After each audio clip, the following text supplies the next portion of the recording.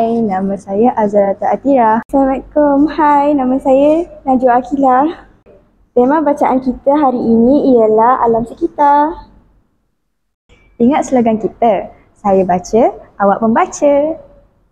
Tajuk bacaan kita hari ini ialah E-waste di rumah anda. Tahukah anda, e-waste adalah singkatan bagi electronic waste yang merujuk kepada bahan buangan elektrik atau elektronik yang telah rosak, sudah usang akibat kemajuan dalam teknologi, perubahan gaya hidup serta jangka hayat peralatan elektronik yang pendek. Tahukah anda, e-waste juga terdapat di rumah kita, antaranya komputer, pendingin hawa, telefon bimbit, televisyen, mesin basuh dan peti sejuk.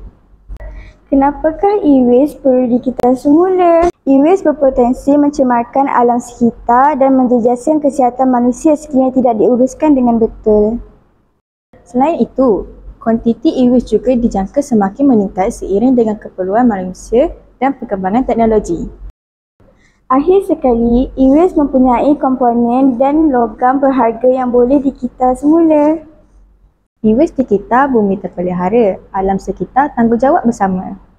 Kawan-kawan, tamalah bacaan kita pada hari ini. Dapatlah saya simpulkan bahawa e-waste perlu dikita semula agar bumi kekal dilindungi dan terpelihara. Pengajaran positif ini ialah kita mestilah mengita semula e-waste agar bumi kekal terpelihara. Dah baca? Kenalah rekod. Jenis bacaan kita sebentar tadi ialah jenis ketiga. Jangan lupa juga bulatkan artikel, jurnal dan lain-lain. Seterusnya, bulatkan poster. Jangan lupa bulatkan bahasa Melayu. Kawan-kawan, ruangan tarikh tuliskan tarikh hari ini.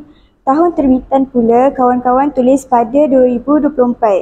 Pada ruangan rumusan, kawan-kawan tulis e-waste perlu dikita semula agar bumi kekal dilindungi dan terpelihara.